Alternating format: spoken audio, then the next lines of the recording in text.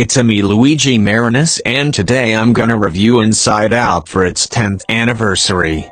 The very first movie all the way back in 2015. I remember back in 2022 when I used to call Inside Out a little bit overrated in my review from Seoul.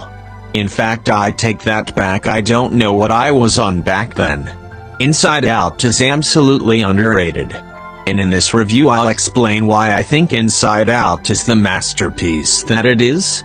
It's about an 11-year-old girl named Riley who is controlled by 5 emotions: joy, sadness, fear, disgust and anger.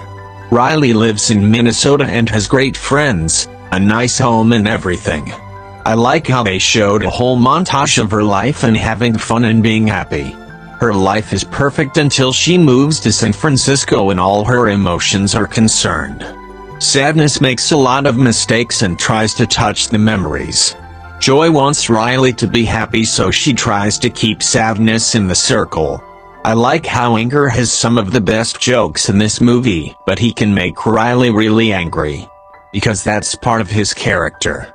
I like how Fear is worried about their new home, and how he is scared of a lot of things. And he also wants to protect Riley from dangerous things. Disgust wants to prevent Riley from eating food that looks gross like broccoli. And sadness makes Riley sad because of the things that can make her feel sad. I really like the world building of Inside Out. It is very imaginative and colorful. Probably one of the most colorful Pixar movies ever. I even like the animation. It looks very realistic in the real world, and stylized inside the world of the mind. Joy and sadness get sent out of the headquarters after Joy tries to prevent a memory from becoming a sad core memory.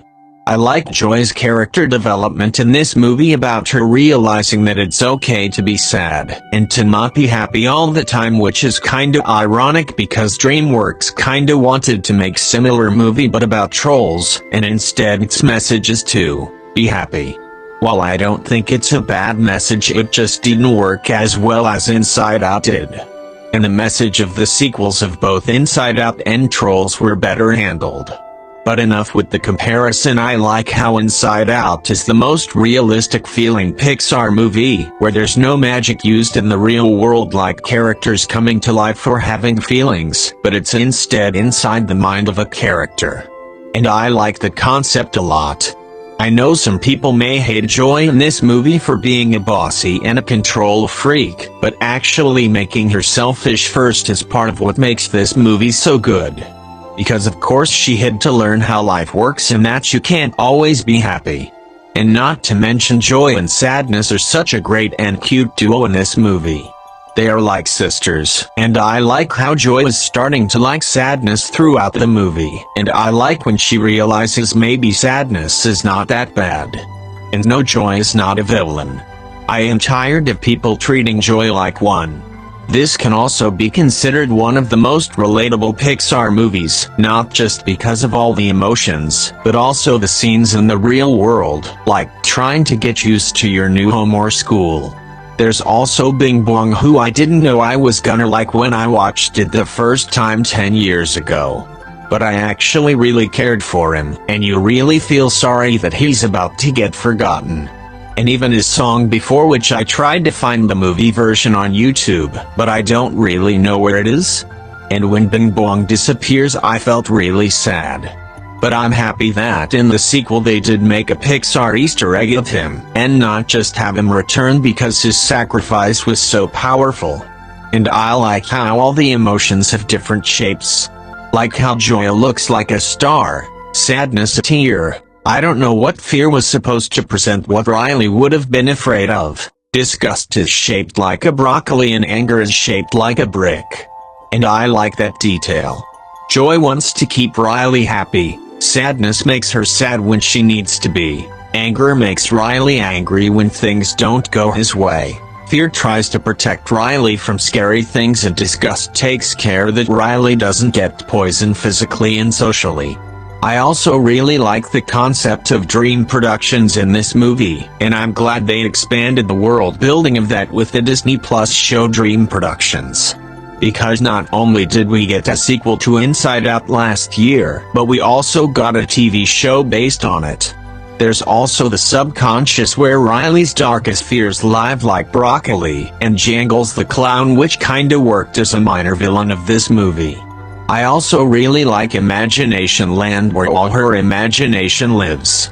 The scene where Bing Bong is sad about his rocket getting thrown to the dump was well done because it shows that Riley is growing up, and kinda foreshadowing the message of the movie, that it's okay to be sad.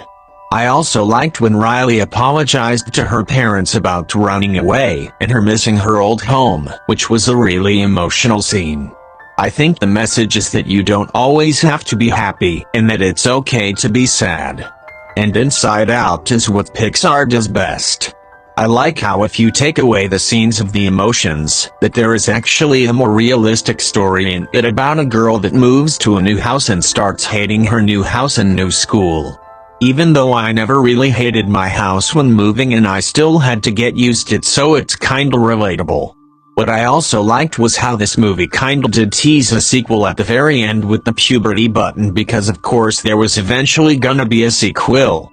If I do have some minor flaws or nitpicks with this movie is that anger, fear and disgust are more treated as side characters in this movie, and have not much to do in this movie besides protecting Riley, but anger works well as an antagonist because he wants Riley to go back to Minnesota to make more core memories, but running away was never a good idea.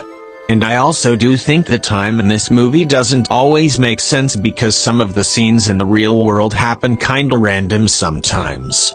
This movie, including its sequel, can probably be considered the funniest Pixar movies, but also one of the most emotional Pixar movies as well. And honestly, Inside Out still holds up as one of Pixar's best movies. This movie and its sequel are my third favorite Pixar movie alongside Soul and Coco, and it gets better each time I watch it.